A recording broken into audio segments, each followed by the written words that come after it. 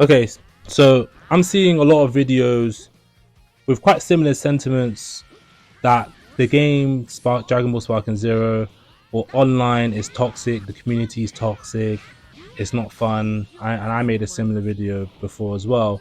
And I just want to talk about the solutions, about what we could do, about what Bandai could do, the devs can do to improve the game. Now, I do believe people always complain no matter how great something is, which I believe, even with all the cheesy characters and the cheesy stuff that's going on, the toxicity, this game is great. The gameplay is great, and that's final. That's what's gonna last forever. First problem I think we have to deal with online is rage quitters. Now, you can't stop people rage quitting, no matter how much we shame them. Even I had games like in the Spark and Dragon Ball Spark and Zero where someone cheesed me, or you kind of just feel outclassed really by someone, and you felt like, man, I've lost this, and you wanted to quit, but not to take away points from him, just to kind of move on to the next fight. So in order to avoid this, what Bandai can do is just add a forfeit function on the menus in game.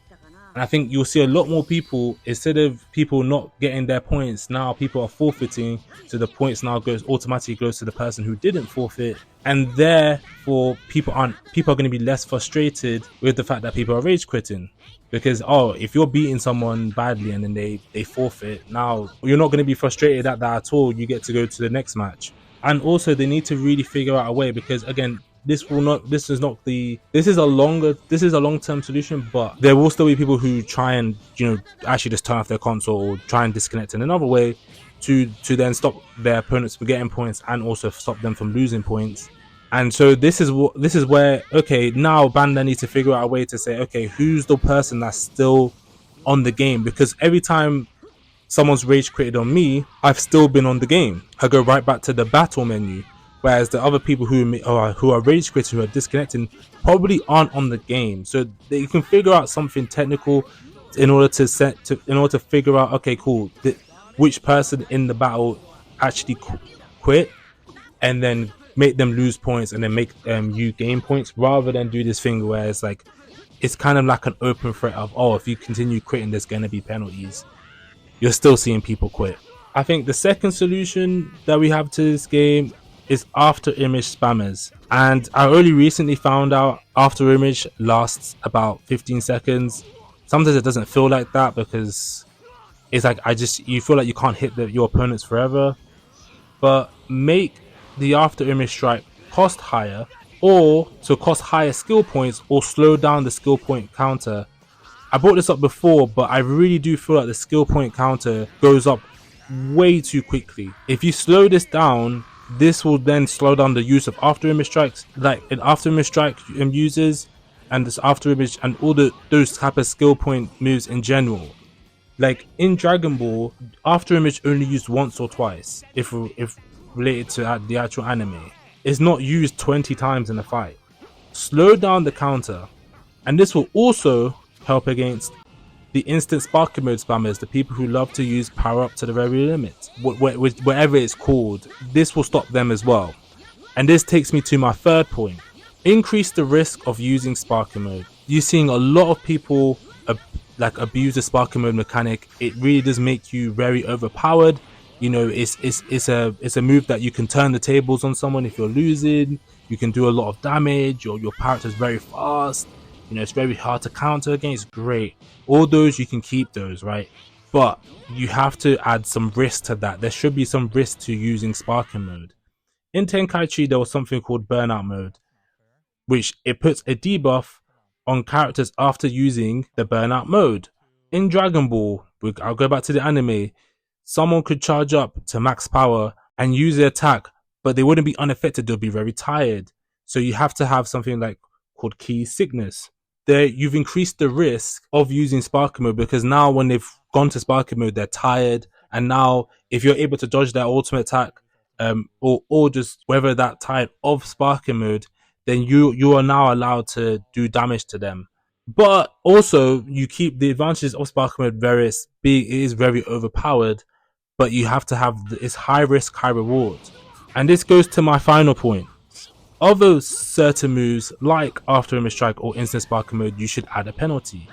Again, high risk, high reward. So for some penalties could be, you know, you can't charge up your key for a certain amount of time, or key sickness when using stronger ultimate, like when using strong ultimate attacks, because we already have this key sickness mechanic in the game. You know, whenever you fail to do a clash, whether it's a guard clash or, you know, a rush clash, if you fail to time the button, you will see that red thing. So they can easily add it to the game where, let's say someone does an ultimate or it goes into sparking mode.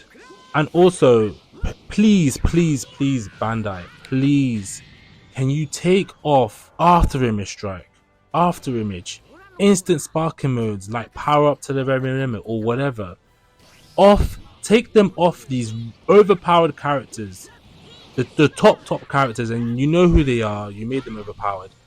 Master Ultra Instinct Goku, Super Saiyan 4 Gogeta, and Super Vegeta, and there's others as well. Their basic melees do so much damage. Why are you giving them another advantage? They do not need instant sparking mode. Like their normal super attacks do more than above health of damage. Like these characters do not need these skills at all.